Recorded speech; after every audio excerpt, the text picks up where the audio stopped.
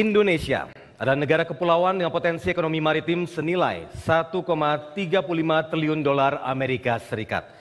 Hal ini dapat menjadi modal untuk mewujudkan kemakmuran bangsa dan kesejahteraan masyarakat. Namun, potensi ini belum dimanfaatkan maksimal dan juga sekitar 25% penduduk miskin tinggal di wilayah pesisir. Pertanyaannya, bagaimana arah dan roadmap strategi Bapak dalam mengelola sumber daya maritim untuk mewujudkan kemakmuran dan kesejahteraan rakyat Indonesia? Silakan. Laut adalah masa depan ekonomi negara kita Indonesia. Dalam 4 tahun ini kita telah mengejar 7.000 kapal-kapal asing illegal fishing yang melakukan illegal fishing, yang melakukan pencurian ikan di perairan kita. Ada 488 kapal yang telah kita bakar dan kita tenggelamkan. Sekarang ini kapal-kapal yang banyaknya 7.000 dapat dikatakan sudah tidak ada. Menjadi kesempatan bagi nelayan-nelayan kita untuk memanfaatkan sumber daya alam laut kita, terutama ikan-ikan, agar mereka bisa lebih sejahtera. Selain ikan, kita juga memiliki yang sangat banyak, yaitu offshore. Saya kira sekarang ini juga banyak sekali ladang-ladang minyak kita yang belum tereksplorasi dengan baik di dalam laut kita. Oleh sebab itu ini akan terus kita dorong agar ladang-ladang minyak itu bisa memberikan manfaat kepada negara, memberikan income kepada negara, memberikan pendapatan yang banyak kepada negara.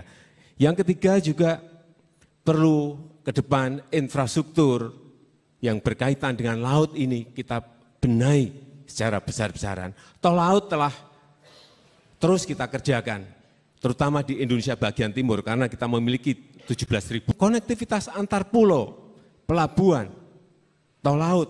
Ini juga harus secara konsisten kita selesaikan agar betul-betul laut memberikan manfaat kepada rakyat, kepada bangsa, dan kepada negara. Baik, silakan Pak Prabowo. Yang jadi masalah sekarang adalah para nelayan-nelayan miskin itu tidak punya akses kepada teknologi, tidak punya akses kepada kapal, tidak punya akses kepada modal, dan dibatasi oleh peraturan-peraturan yang sangat membatasi kemampuan nelayan kecil untuk melaut dan untuk melaksanakan pekerjaannya. Jadi kalau kami, strategi kami adalah negara hadir. Kami akan membuat BUMN khusus di bidang laut dan di bidang perikanan, dan mengorganisir nelayan-nelayan, dilatih dengan teknologi tepat, diberi akses kepada alat, kapal, modal, kemudian diberi prasarana, cold storage, dan pengalengan dan sebagainya, dan kemudian pemasarannya dibantu oleh pemerintah. Jadi kita ingin mengendalikan, tapi juga kita harus memberdayakan nelayan yang miskin untuk bisa hidup dengan layak. Baik, mohon maaf, langsung silakan Pak Jokowi. Yang pertama mengenai BUMN perikanan, mungkin Bapak belum tahu bahwa kita telah memiliki yang namanya Perindo, kita telah memiliki yang namanya Perinus, yang itu membantu membeli ikan-ikan yang ada di rakyat. Kemudian yang kedua mengenai yang berkaitan dengan perizinan. Untuk nelayan-nelayan kecil yang memiliki bobot 10 GT ke bawah ini sudah tidak pakai izin lagi. Hanya yang 10 sampai 30 ke atas yang harus mendapatkan izin baik dari KP maupun dari provinsi.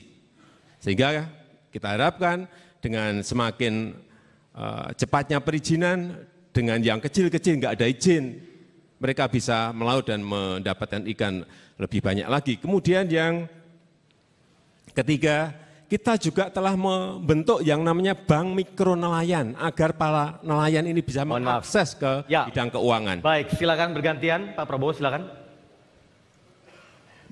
Ya, saya hanya menyampaikan apa yang saya tangkap dalam keliling saya ke daerah-daerah itu, laporan-laporan bahwa memang nelayan yang paling miskin, nelayan yang paling kecil itu yang sekarang masih mengalami sangat-sangat berat kehidupan mereka, Pak. Jadi mungkin ya laporan-laporan ke Bapak mungkin bagus-bagus, tapi biasanya di Republik ini biasa, Pak, dari dulu kita sudah lama jadi orang Indonesia.